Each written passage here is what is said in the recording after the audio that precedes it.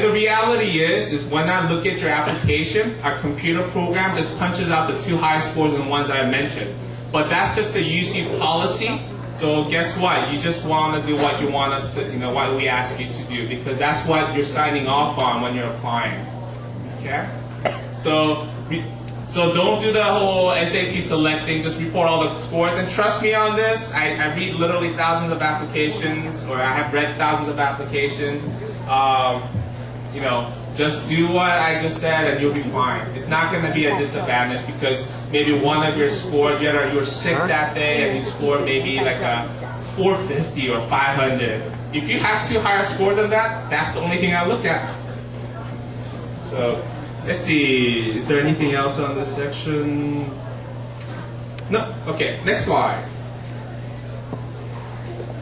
So the holistic review, we're going to talk about also not just what you've done in the classroom or taking your SAT exams, but outside the classroom, the extracurricular that most commonly called. And in the end, we want to see anything that you're passionate and interested in. We don't look for very specific things outside of, we would like to see maybe leadership would be nice, or showing initiative, right? And how could you show leadership? At your work, maybe you're the crew captain or like the assistant manager because you've been working there for a while. That's leadership. You have responsibilities. A captain of your football team or whatever sport, like being in the committee or like some kind of board of your club or president. Those are all signs of leadership. But there's different ways of showing leadership, right? So that's what in the end what we're looking for is that we want students to show that you're interested in something, we want you to stick with it and show consistency overall. And that's the thing that we're really interested and concerned about. You don't have to do 10 different things. Most students try to commit to about 2 or 3 things. Some students do more than that. I guess it's up to you. But you don't want to do one thing one year and change another year and then just keep on changing your mind and heart, because that shows a little lack of commitment to what you want to do, and sometimes that kind of shows a little bit of weakness in the applicants. But if you give a really, really good reason for that and write that about in the personal statement, I guess, and you've convinced me, then hey, you convinced me, right? So in the end, that's where the personal statement comes in as well. But, and that's why sometimes personal statement could be very, very important in the admissions process, because that's your opportunity to talk about what you want us to know about you. That's really, really important, right? So in the end, those are the things that you want to consider. But extracurricular people always ask me, what do I need to do? What really helps?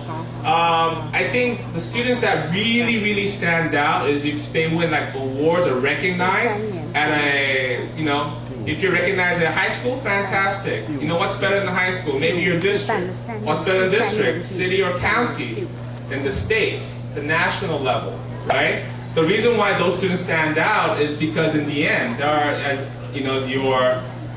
this broader kind of realm, then there's less students that are going to be awarded, right? But again, you don't have to be in that level. As long as you're diligent and you show passion and commitment to doing things that you're interested in with strong academics, then you're going to be competitive for admissions to UCLA.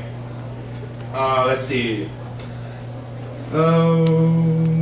Yep, I covered that. Next slide, please. So the personal statement, I think I already kind of went over this a little bit, but this is your opportunity to talk about in your own words what we want to consider for admissions. I've been given the 5-minute sign, so I'm going to talk really, really fast now. So in the end, you don't want to repeat. In the application, there's 3 main components in the application. Your academics, we already talked about. Extracurricular activities. In the extracurricular activity, it's divided into 6 different subdivisions. Awards and honors, activities, volunteering, non-A through G subjects, employment, and also special programs that you may have been involved in. For each of those sub-subjects, you could list up to 5 of them from each one. So literally total, we give students to mention up to 30 of them.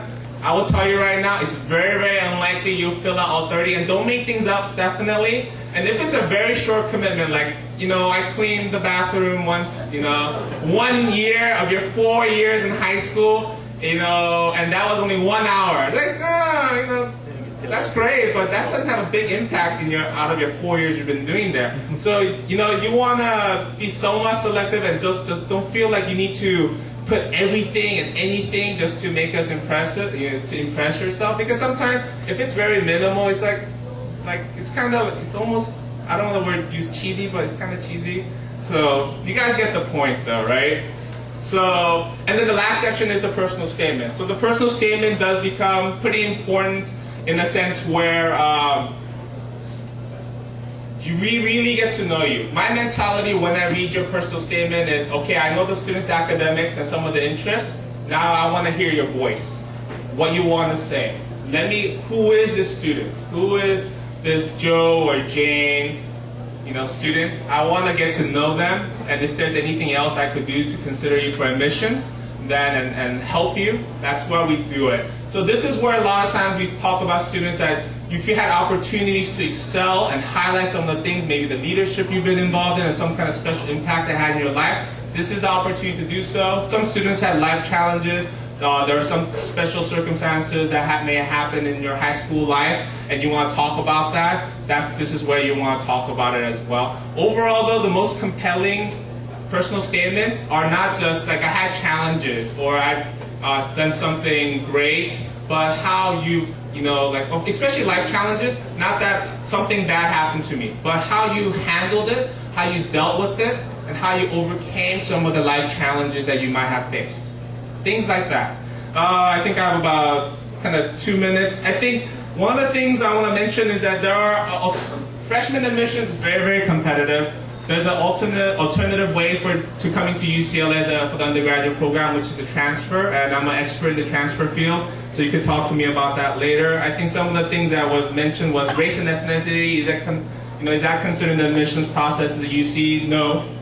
Is it a disadvantage because you're Asian? No. I think one of the examples I was giving one of the parents that I was talking to earlier was that there are 40% Asians at UCLA. In the state of California, I think Asian population is like around 10% or something like that.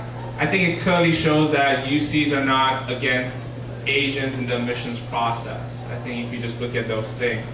One of the other things that I want to mention is that the context of your education is very important in the admissions consideration at UCLA. So how well do you do amongst your peers, your classmates, become a pretty important factor.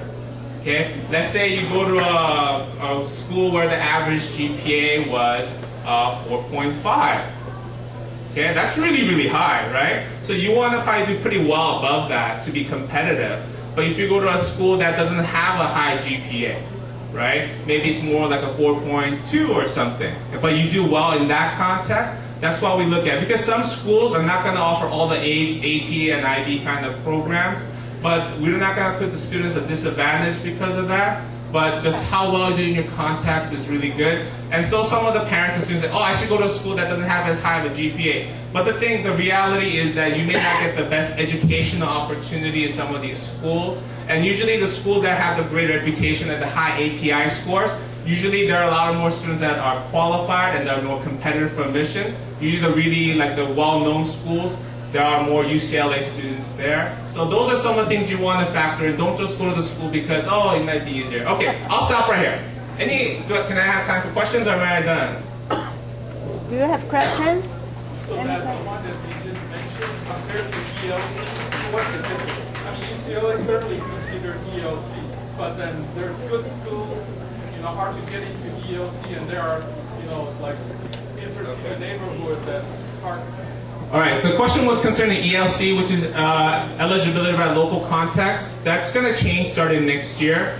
Students that are ELC, the way it is right now, which is top 4% of your high school, the admissions rate is higher in the UCLA and UC Berkeley. I think ELC students on the average, the admissions rate was about 50 to 60% this past year, whereas overall application pool was more like 23%. So usually students that done really well in their high school are pretty competitive for admissions to a lot of the UCs. But ELC students doesn't guarantee admissions to the UC campus of their choice.